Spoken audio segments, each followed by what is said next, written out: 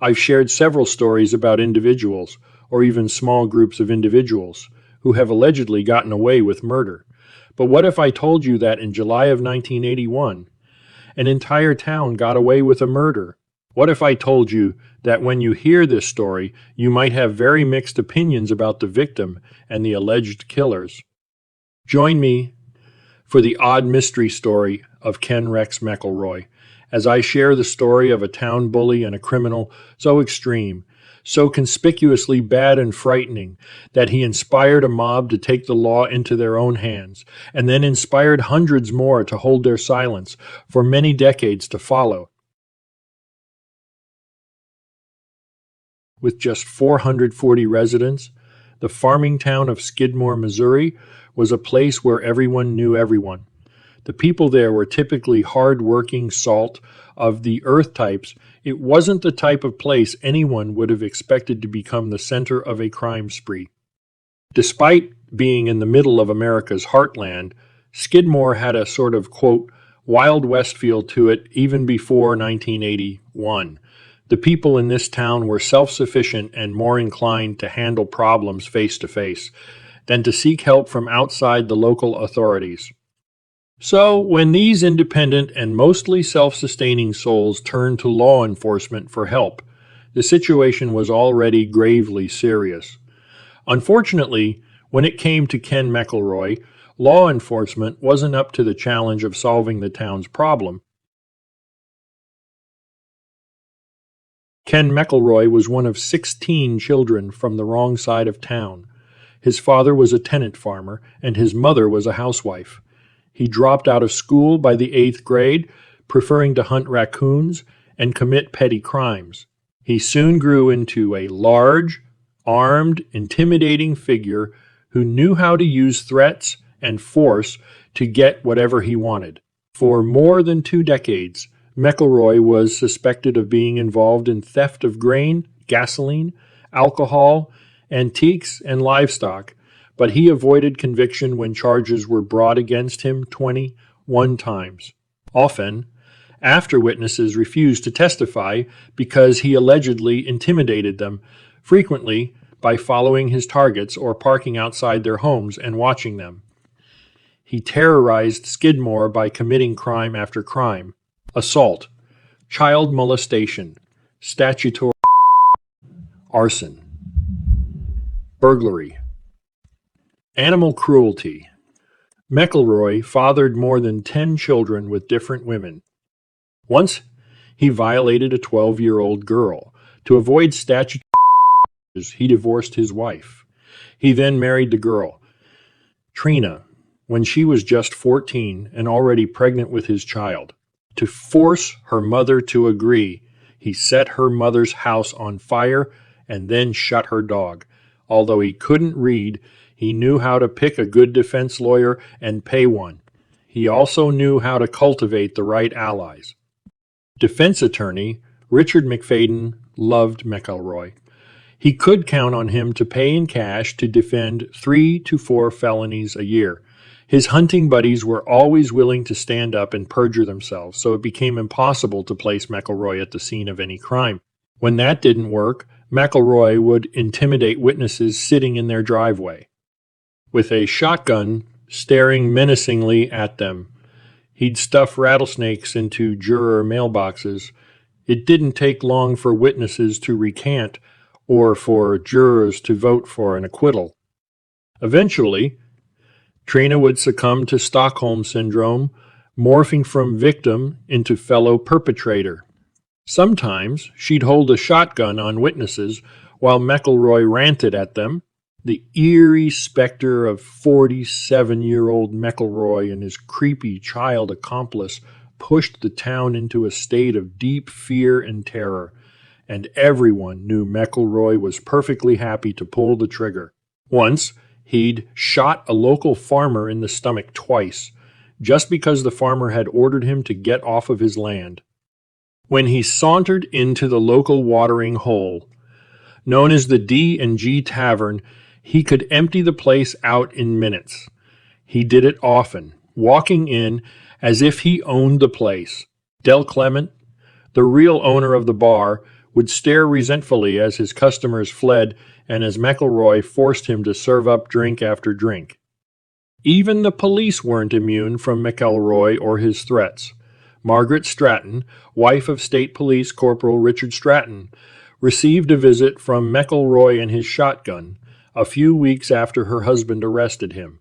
The big bully and brute seemed unstoppable. Bo Bowenkamp was the 70-year-old owner of the local grocery store, and he wasn't afraid to stand up to a bully. When McElroy's daughter Tonya stole some Jawbreaker candies, he said something. Ken McElroy shot him in the neck for his trouble. Bowenkamp survived, but barely. Bowenkamp was well liked, and the town's simmering resentment exploded into a boil. And yet, the town received a temporary reprieve. McFadden made his first slip-up.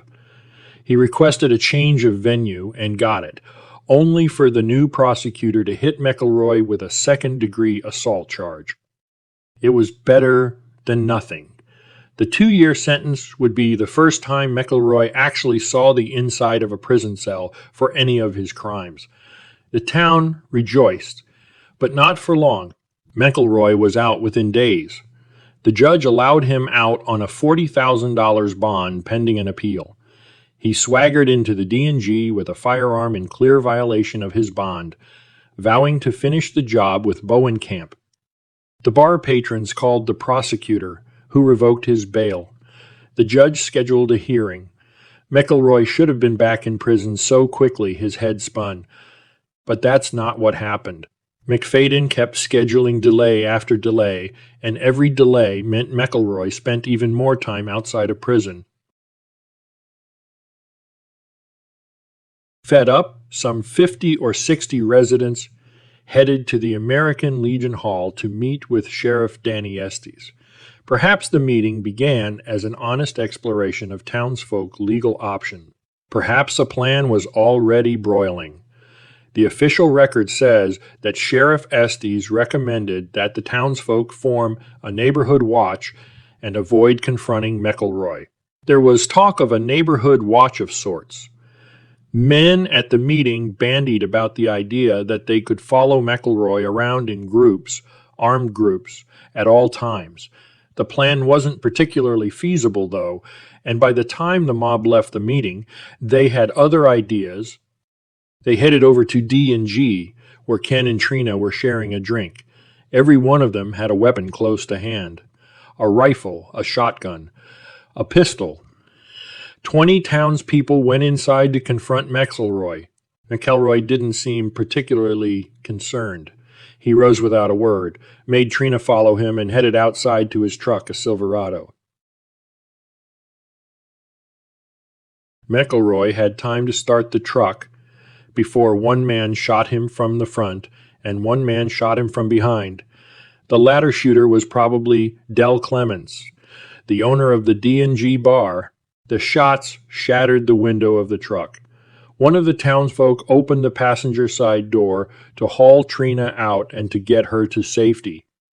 Trina claims she saw Del raise a rifle and shoot, and many reports say that Del's involvement was an open secret around town. Del will never see the inside of a jail cell for the shooting, as he died in 2009. He never opened his mouth, never confessed, never pointed the finger at any other person in town. There may have also been a third and a fourth shooter who missed. It was tough to say. By the time the sheriff arrived, every last shell casing had been collected. Most of the crowd had dispersed, and the weapons had mysteriously evaporated with them. They'd shot Ken McElroy in broad daylight in front of dozens of witnesses. But this was no open and shut case. Nobody wanted to speak to the authorities. When they did speak to a man, to a woman, they all had the same story. They heard shooting. They took cover. They didn't see a thing. Law enforcement was almost impressed by the solidarity the town was showing. As one investigator put it, they couldn't get a single farmer to turn. If anything, law enforcement faced hostility from the townsfolk for investigating at all. When the FBI arrived later, They faced hostility too. Police had failed to protect them. How dare they put in the effort now to find not a way to jail McElroy, but a way to jail a citizen who had stood up for himself. The only person who seemed to care that McElroy was dead was Trina. Law enforcement dutifully worked the case, but perhaps not as hard as they might otherwise have worked it. Who could have blamed them for half-hearted efforts when many of them had lived under McElroy's shadow as well? No charges were filed. Soon, Trina went into hiding. Bitterly, McElroy's lawyer, an only friend, would go on to complain, for years, that the town had gotten away with a murder. I'll bet that by now you must be asking yourself some pretty important questions like, do I think the town was right to clam up? Do I believe vigilante violence was the only choice these people had? Would or could I have remained silent? Or would I have spoken up? Skidmore shrank as the killing became national news. Socioeconomic factors also played a role. Today, the town has fewer than 250 people and is not the sort of place anyone would want to visit for vacation. The town became the site of far more violence, playing host to a series of shocking murders and disappearances. The culture of violence continued in the town, as did the culture of silence. Given one of the murders involved a baby being ripped from a mother's womb, the suspect in that story was only the third woman ever in American history to be executed by the federal government. We can conclude not all the killings can be written off as righteous.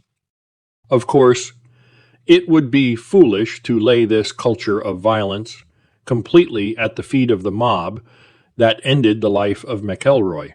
Skidmore also now has a big meth problem, and where there is meth, there is violence. Trina McElroy insisted. Until the day of her cancer death at age 55, that her husband was but a scapegoat. She'd even go so far as to try to convince the media that McElroy was a good man. She managed to sue Sheriff Estes, D&G owner Del Clement, Mayor Steve Peter, the city of Skidmore, and Nottoway County. They settled out of court for $17,600, but nobody admitted any guilt. Without so much as a clear set of suspects to work from, law enforcement was forced to drop the case. Police admit that this one will never be solved, at least in terms of determining which specific hands aimed guns and pulled triggers. Whether you see this case as a satisfying story about an evil man being brought to justice by a community that pulled together to end their nightmare, or a story of about 50 murderers who got away with it, at least one moral is clear. Push people for too long, and eventually they will push back. In 1988, a book written by Harry McLean went into detail covering McElroy's life. The book, entitled In Broad Daylight, became an award-winning book based on his story. In 1999, a film starring Brian Dennehy, also based on the same book, was made for television. It's my guess that you have probably found this story to be a bit of a departure from my usual unsolved murder cases, where I so often feel empathy for the surviving family and friends. While I'm sure with the number of children he fathered, there are plenty of family left in his aftermath. It's my best guess that there are very few friends that are missing old Kenneth Rex McElroy. I can't wait to hear what you guys think about this story in the comments. My name is Vince. This surely was a unique unsolved murder that I hope you enjoyed. For another unsolved murder that I do hope one day will be resolved, check out the story of Dean and Tina. They managed to somehow save their daughter Holly, who over 4 decades later is seeking closure. Click right in the box on the top right of your screen. Thank you.